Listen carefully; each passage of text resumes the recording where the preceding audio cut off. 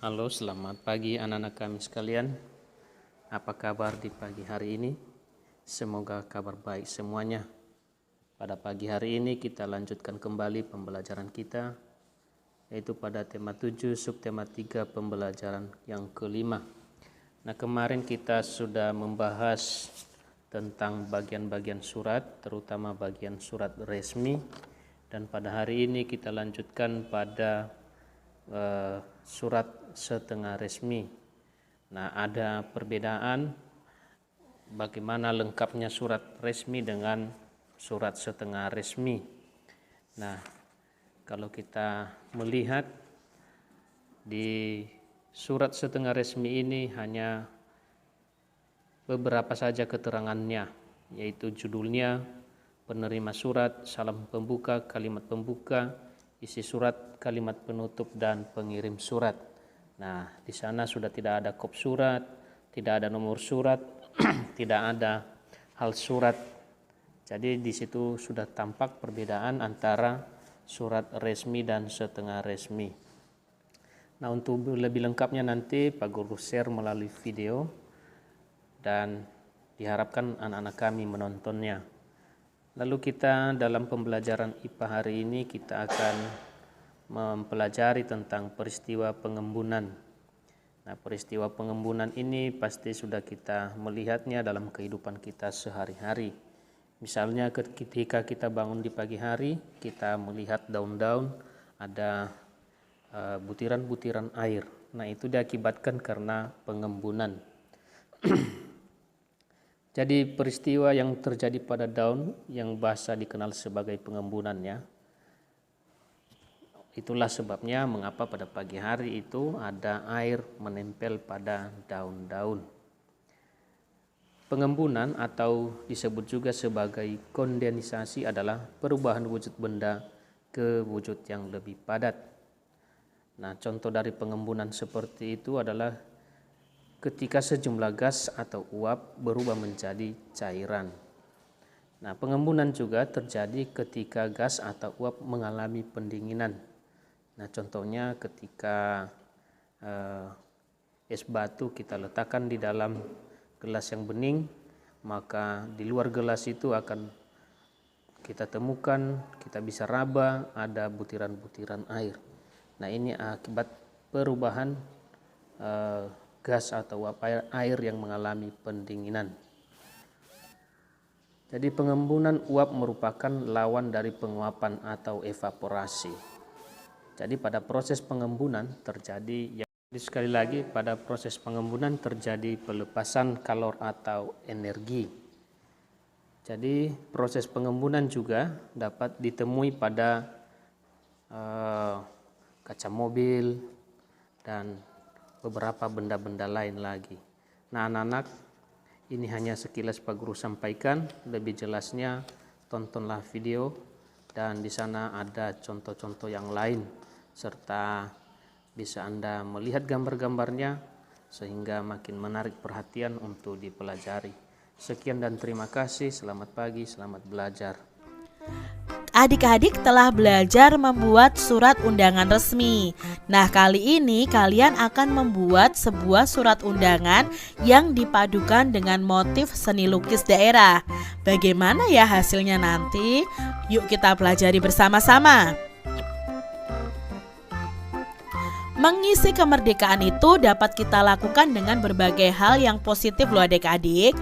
Mengisi waktu dengan berlatih dan mengasah kreativitas dan keterampilan adalah salah satunya adik-adik. Keterampilan yang didukung dengan kreativitas akan mampu menghasilkan karya atau produk-produk yang berkualitas, indah, dan berguna. Nah, adik-adik, masih ingatkah kalian tentang apa itu undangan tidak resmi? Ingatkah kalian ya tentang undangan yang tidak resmi? Itu sudah kita pelajari pada pembelajaran sebelumnya. Ingatlah kembali dan tuliskan di tempat yang tersedia di bawah ini. Nah, di sini Kak Citra sudah memberi contoh tentang undangan yang tidak resmi yang kita pelajari pada pembelajaran sebelumnya. Jadi undangan tidak resmi itu undangan yang mengatasnamakan perorangan yang ditujukan kepada perorangan untuk kepentingan orang tersebut. Nah, seperti undangan ulang tahun, undangan perayaan kelahiran, undangan untuk pentas seni misalnya. Seperti ini adalah contoh undangan yang tidak resmi. Biasanya tidak ada kop suratnya ya, tidak ada nomor, tidak ada hal, tidak ada lampiran ya, hanya undangan perorangan dari orang ke orang itu disebut undangan yang tidak resmi adik-adik. Di sini adik-adik, tentunya kamu juga masih ingat bukan arti dan ciri dari seni lukis daerah itu? Nah, seni lukis daerah itu mengandung nilai-nilai budaya yang berkembang di suatu daerah. Kita juga sudah pelajari tentang seni lukis daerah ya adik-adik ya pada pembelajaran sebelumnya. Nah, seni lukis ini adalah seni menggambarkan objek-objek berupa pemandangan alam, tumbuhan, binatang, manusia, benda di alam untuk menimbulkan perasaan keindahan. Nah, seni lukis daerah ini mengandung nilai-nilai budaya yang berkembang di suatu daerah. Contohnya adalah seni lukis Kamasan dari Bali ya adik-adik ya, tentunya masih ingat. Nah, Kamasan itu adalah sebuah desa di Kabupaten Klungkung yang sebagian besar penduduknya itu sebagai pelukis. Nah, seni lukis Kamasan ini merupakan seni lukis klasik yang biasanya bertema tentang pewayangan, kehidupan bangsawan dan tentang dongeng binatang.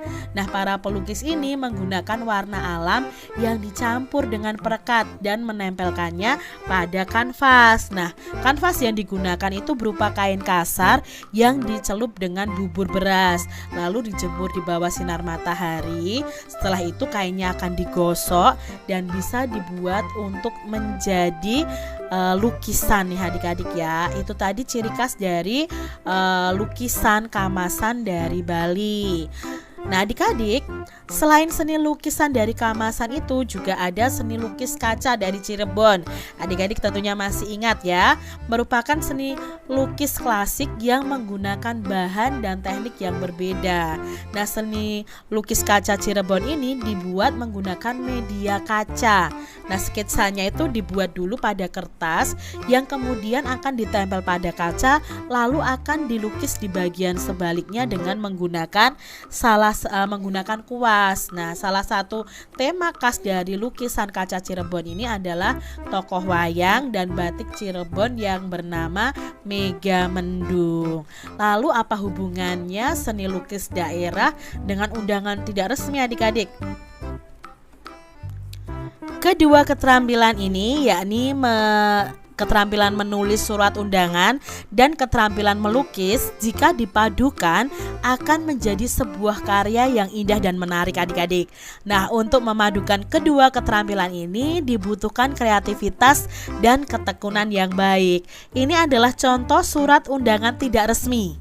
Nah, di sini juga ada keterampilan melukisnya. Gambar-gambarnya ini bisa dilukis nih adik-adik ya. Di sini ada surat undangan tidak resmi yang berjudul Pentas Seni Kreasi Anak Bangsa yang dilakukan oleh SD Nusantara ya, tertujunya kepada siapa? Kepada siswa-siswi SD Nusantara. Ayo hadiri dan saksikan pentas seni kreasi anak bangsa pada tanggal 1 November 2016 di Aula SD Nusantara pukul 8 sampai pukul sampai selesai acaranya. Nah, ini diperlukan keterampilan menulis surat undangan yang tidak resmi dan keterampilan melukisnya. Adik-adik, buatlah surat undangan yang setengah resmi dengan dihiasi lukisan daerah. Tema surat undangan itu bisa kalian pilih nih. Bisa pertunjukan kesenian seperti tadi, pentas seni, peringatan HUT kemerdekaan Indonesia, atau perlombaan olahraga atau tentang kerja bakti. Nah, di sini Kak Citra punya contoh nih beberapa surat undangan yang berhubungan dengan pentas seni ya. Di sini ada pertunjukan kesenian Bondres misalnya ya di Aula SDN 2 Denpasar. Ini ada undangan tidak resminya, lalu ada seni lukisnya. Nah, contoh yang lain nih adik-adik ya, ada lagi Parade Seni Budaya Bungsu Biu 2018. Nah, ada surat undangan tidak resminya juga ada gambar atau lukisan dari daerahnya. Contoh lainnya yang ini nih adik-adik ya. Kalian bisa buat berdasarkan kreasi kalian sendiri. Tentang pentas seni boleh, tentang perayaan HUT RI juga boleh. Nah adik-adik, pernahkah kamu mengamati peristiwa berikut ini? Pada saat meminum air es, kamu akan menjumpai adanya titik-titik air di dinding tempat air es tersebut. Tahukah kamu bahwa titik-titik air tersebut terjadi karena adanya peristiwa pengembunan yang berada di sekitar tempat es tersebut? Nah, udara itu mengalami peristiwa pengembunan karena udara di sekeliling gelas atau di sekeliling plastik itu melepaskan kalor atau panas kepada es yang ada di dalam wadahnya adik-adik. Hal tersebut karena suhu udara di luar gelas atau di luar plastik itu lebih besar atau lebih tinggi dibandingkan dengan suhu es di dalam gelas atau plastik tersebut. Nah, peristiwa pengembunan lain yang sering kita jumpai adalah ketika pada pagi hari kita melihat ada titik-titik air di dedaunan. Sekitar rumah kita pun basah ya adik-adik ya. Air sering menetes dari atas genting. Titik-titik air tersebut merupakan embun yang berasal dari uap air yang mengembun menjadi titik-titik air. Nah adik-adik, coba kalian buat percobaan ini nih. Pertama, siapkan dulu es batu dan gelas kaca. Nah, siapkan alat dan bahan, lalu masukkan es batu ini ke dalam gelas. Amati apa yang terjadi. Amati dulu kalau sudah 1 menit apa yang terjadi. Lalu 5 menit kemudian, lalu 10 menit, 15 menit, 20 menit, dan 25 menit. Nah, di sini Kak Citra sudah mengamati. Pertama, di menit yang pertama adik-adik, dinding gelasnya mulai dingin, tapi belum muncul titik-titik air. 5 menit kemudian, dinding gelas semakin dingin. 10 menit kemudian, es di dalamnya itu mulai mencair dan dinding gelas semakin dingin. 15 menit kemudian, mulai terbentuk titik-titik air di luar dinding gelasnya. 20 menit kemudian, titik-titik air di dinding gelas itu semakin banyak di luar gelas ini adik-adik. Lalu 25 menit, dinding bagian luar gelas sudah menjadi basah. Itu hasil pengamatannya Kak Citra. Nah, apa kesimpulannya? Nah, pada dinding gelas tersebut muncul titik-titik air atau embun. Bukan air di dalam gelas itu tembus keluar, tidak adik-adik, tapi di situ ada peristiwa pengembunan. Nah, proses terjadinya pengembunan atau nama lainnya kondensasi adalah saat uap air di udara melalui permukaan yang lebih dingin. Maka uap air ini akan terkondensasi atau akan mengembun menjadi titik-titik air atau menjadi embun adik-adik. Jadi ini contoh peristiwa mengembun juga di kehidupan kita sehari-hari. Nah, percobaan yang dilakukan ini membuktikan tentang peristiwa pengembunan. Peristiwa pengembunan dapat terjadi karena suhu pada benda tersebut, yaitu pada gelas, lebih dingin dibandingkan dengan suhu udara di sekitarnya, sehingga udara sekitar yang mengandung uap air akan mengembun. Nah, uap air itu akan berubah menjadi cairan yang menempel pada sisi luar gelas. Nah, coba adik-adik praktekkan ya. Demikian tadi adik-adik pembahasan kita di tema 7, subtema 3, pembelajaran yang kelima. Semoga video pembelajaran ini bermanfaat untuk adik-adik semuanya, dan sampai jumpa lagi